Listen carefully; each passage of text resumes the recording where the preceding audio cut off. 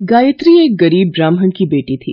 वह भगवान शंकर की पूजा करती थी, इसीलिए उनकी इच्छा मानकर गायत्री ने महेश से विवाह के लिए हाँ कह दी। लेकिन विवाह के बाद जब गायत्री ससुराल पहुंची, माँ जी, देसी घी दाल में ऐसे चम्मच भर भर कर डाल रही हो जैसे आपकी छोटी बहू अपने साथ कुबेर का खजाना लेकर आई हो। बिल्कुल ठीक कहा आपने भाभी, देवर जी तो पहले ही निठल्ले थे, ऊपर से देवरानी आई, वो भी भिखारिन।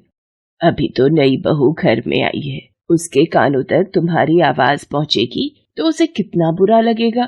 बुरा लगता है तो लगे, पर इस घर में आज से उसी की चलेगी जिसका पति काम करता है। उमा और सरोज की बातें सुनकर गायत्री की आंखों में आंसू आ जाते हैं। माँ, तुम दोनों भाभियों से कह दो, मुझे कह देती थी तब तक ठीक था, पर गायत्री को खरी खोटी सुनाने की क्या जरूरत है। आप यूं गुस्सा मत हो, मुझे उनकी बातों का बिल्कुल बुरा नहीं लगा। अगले दिन महेश जल्दी तैयार हो गया और अपने दोनों भाइयों से बोला, भैया, मैं सोच रहा हूँ आज से मैं भी आप दोनों के साथ दुकान चलूंगा। कोई और काम ढूंढने से अच्छा है अपनी दुकान पर ही बैठ जाऊं। अरे तू अभी दुकान जाकर क्या करेगा? तेरी नई नई शादी हुई है, कुछ दिन गायत्री को लेकर कहीं घूमा। हाँ महेश, बड़े भैया ठीक ही तो कह रहे हैं, अभी तुम आराम करो, काम तो हम संभाल ही रहे हैं। पर भैया। महेश के दोनों भाइयों ने महेश की एक न सुनी और दुकान चले गए। कितनी बार तुझे कहा था अपने भाइयों के साथ दुकान जाया कर, पर तू मेरी एक नहीं सुनता था। महेश उदास मन से बाहर चला जाता है। तभी, गायत्री, इस घर में कोई नौकर चाकर नहीं है, यहाँ पर काम खुद करना पड़ता है। ऐसे अगर इतनी देर तक पूजा पाठ में लगी रहोगी तो घर के काम कौन करेगा? भाभी, आज मेरा सोमवार का व्रत है, इसीलिए भगवान शंकर की पूजा कर रही थी। भगवान शंकर की पूजा करने और व्रत रखने से घर का काम नहीं हो जाएगा, वो तुम्हें अपने हाथों से ही करना है। कपड़े रखे हैं, जल्दी से निपटा लो, फिर रसोई में खाना भी चढ़ाना है। तुम दोनों इतनी निर्दयी कैसे बन सकती हो? अभी कल ही तो गायत्री बहू शादी होकर आई है, उसके हाथों की मेहंदी तक नहीं उतरी। क्यों? इतने सालों से सरोज और मैं मिलकर इस घर का सारा काम कर रहे हैं, ये करेगी तो कौन सा इसके हाथ घिस जाएंगे? माँ जी, आप चिंता मत करो, मैं सारा काम कर दूंगी। घर के काम करने से तो मन को सुख प्राप्त होता है। गायत्री की दोनों जेठानी बहुत कड़वे स्वभाव की थी। अब तो रोजाना ही वो आराम से बैठी रहती और गायत्री पूरा दिन घर का काम करती। ये बात महेश को सहन नहीं हुई। एक दिन, भैया, मैं आप दोनों से कितने दिनों से कह रहा हूँ कि मुझे भी दुकान जाना है। देख सुमेर, सच्चाई तो यह है कि हम तुझे दुकान में से कोई हिस्सा नहीं देंगे, और वैसे भी वो दुकान मेरे और दिनेश के नाम हो चुकी है, तो उस दुकान में तेरा कोई हक नहीं है। मैं कुछ समझा नहीं बड़े भैया। उस दुकान को मैंने और भैया ने अपनी मेहनत से बनाया है। तू तो आज तक कभी दुकान गया ही नहीं। अब तू चाहता है कि पकी पकाई रोटी हम तुझे दे दें, हैं? वो हम कभी नहीं करेंगे। तू कहीं और नौकरी ढूंढ ले। महेश के दिल पर अपने भाइयों की बातों की ऐसी चोट लगी कि एक सुबह गायत्री अभी सो रही थी। गायत्री, मुझे माफ कर देना, मैं तुम्हें बिना बताए ये चिट्ठी छोड़कर जा रहा हूँ, पर मैं अब तभी लौटूंगा जब मेरे पास बहुत धन दौलत होगी। महेश की चिट्ठी पढ़कर गायत्री रोने लगती है। मुझे तो पहले ही पता था, अब देवर जी के बस की कुछ भी नहीं है। छोड़कर चले गए ना हमारी छाती पर मूंग दलने के लिए अपनी पत्नी को। हे भोलेनाथ, मेरे पति की रक्षा करना, वो ना जाने कहाँ चले गए हैं। बहुत हो गई तेरी शिव भक्ति, तेरा पति तुझे छोड़कर चला गया है तो अब इसका दंड भुगत। जाकर सारा काम निपटा, रसोई में खाना तैयार कर, आज हमारा पूरी पकवान खाने का बहुत मन है। बेचारी गायत्री भूखी प्यासी सबके लिए खाना बनाती है, पर उसके लिए खाने को कुछ नहीं बचता।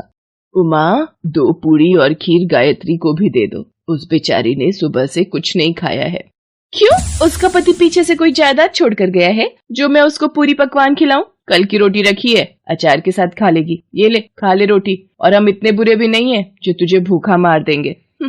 इसी तरह गायत्री अत्याचार सहती रहती है। महेश को गए 6 महीने हो गए थे और उसकी अभी तक कोई भी खबर नहीं थी। गायत्री रोजाना भगवान भोलेनाथ के सामने बहुत रोती थी। हे प्रभु, आज इनको गए 6 महीने हो गए, इनकी कोई खबर नहीं है। प्रभु, इन्हें सकुशल वापस भेज दो, अब और दुख नहीं सहा जा रहा। कितनी बार कहा है हम जब तक सुबह उठे सारा काम खत्म हो जाना चाहिए। अब तू यहाँ नहीं रहेगी, तेरा पति तो वापस आने वाला है नहीं, तेरा खर्चा पानी अब हम और नहीं उठा सकते। इसे धक्के मारकर बाहर निकाल दो भाभी। अरे छोड़ दो इस बेचारी को। भाभी, इनके आने तक मुझे यहाँ रहने दो, मैं भीख मांगती हूँ। जैसे ही उमा और सरोज गायत्री को धक्का देकर घर से निकालने लगती हैं, तभी एक हाथ गायत्री को थाम लेता है। महेश बेटा, तू आप आ गए। अब कहाँ चले गए थे? तुमने जितने जुल्म सहने थे सह लिए। अब हम यहाँ एक पल भी नहीं रहेंगे। मैं इतना पैसा कमा लाया हूँ कि तुम्हें ऐशो आराम की जिंदगी दे सकता हूँ। महेश गायत्री और अपनी माँ को लेकर नए घर में रहने चला जाता है। अब महेश एक धनी व्यापारी बन चुका था। महेश अपनी माँ और गायत्री को सारी कहानी सुनाता है। घर से निकलकर मैं बहुत उदास था। मैं एक जंगल के रास्ते दूसरे नगर जा रहा था कि अचानक कुछ बदमाश एक बूढ़े व्यक्ति से उसकी धनराशि लूट कर ले जाने वाले थे। मुझसे ये देखा नहीं गया और मैं उनसे सामना करने लगा। तभी वहां से कुछ गुजरते राहगीर मेरी मदद को आ गए और ये देख वो चोर भाग गए। बेटा, तुमने आज मेरी जान बचाकर मेरे ऊपर बहुत बड़ा उपकार किया है। अब चलिए मैं आपको आपके घर तक छोड़ देता हूं। उसके बाद मैंने उन बूढ़े व्यक्ति को अपनी सारी दुख भरी कहानी सुनाई तो उन्होंने मुझे अपने पास ही नौकरी पर रख लिया और पिछले 6 महीने से मैं उनके पास ही काम कर रहा था। उनके कहने पर ही मैं वापस लौटा हूं। अब तो मेरे पास इतनी धनराशि उपलब्ध हो गई है कि मैं अपने परिवार को आराम से चला सकता हूं। यह सब भोले बाबा की कृपा है। आज उन्हीं की वजह से सब कुछ अच्छा हो रहा है। सुनो जी, कल महाशिवरात्रि का पावन त्योहार है, क्यों ना हम इस त्योहार को धूमधाम से मनाएं? हाँ गायत्री, हम इस त्योहार को बहुत धूमधाम से मनाएंगे और मिलकर भगवान भोलेनाथ की महापूजा करेंगे। माँ जी, और आप अगर बुरा न मानो तो हम इस त्योहार के लिए जेठ जी और जेठानी जी को भी बुला ले। तुम जानती हो ना गायत्री, उन सब ने तुम्हारे साथ कितना बुरा व्यवहार किया है, फिर भी तुम उन्हें बुलाना चाहती हो। घर में इतना बड़ा पर्व मनाया जाए और घर के लोग ही ना शामिल हों तो अच्छा नहीं लगेगा जी। और फिर ये तो भगवान भोलेनाथ का त्योहार है, इसमें हमें सबको बुलाना चाहिए।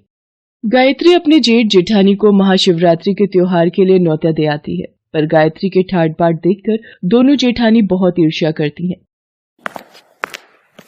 मैं भी देखती हूँ इनका ये महाशिवरात्रि व्रत कैसे पूर्ण होता है। आपने क्या युक्ति सोची है भाभी? तुम देखती जाओ सरोज की मैं क्या करती हूँ। सब लोग गायत्री और महेश के घर शिवरात्रि त्योहार के लिए पहुँचते हैं। उमा और सरोज मीठी मीठी बातों में गायत्री को फंसा लेती हैं। गायत्री, लाओ, फलाहार बनाने में हम तुम्हारी मदद कर देते हैं।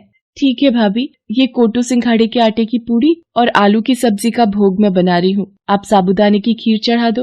ये लो उमा भाभी, आपने जो मंगाया था। उमा चुपके से साबूदाने की खीर में मांस के टुकड़े मिला देती है। उसके ऐसा करते ही भगवान भोलेनाथ क्रोध में आ जाते हैं और उमा और सरोज दोनों की आंखों की रोशनी चली जाती है। वो दोनों अंधी हो जाती हैं और चिल्लाने लगती हैं। मुझे कुछ दिखाई नहीं दे रहा, ये मेरी आंखों को क्या हो गया? भाभी, मुझे भी कुछ नजर नहीं आ रहा, ये हम दोनों के साथ क्या हो गया? हे प्रभु भोलेनाथ, सब मुझे ही दोष देंगे। मैंने आपकी पूजा में बुलाया और इनकी आंखों की रोशनी चली गई। प्रभु कुछ कीजिए।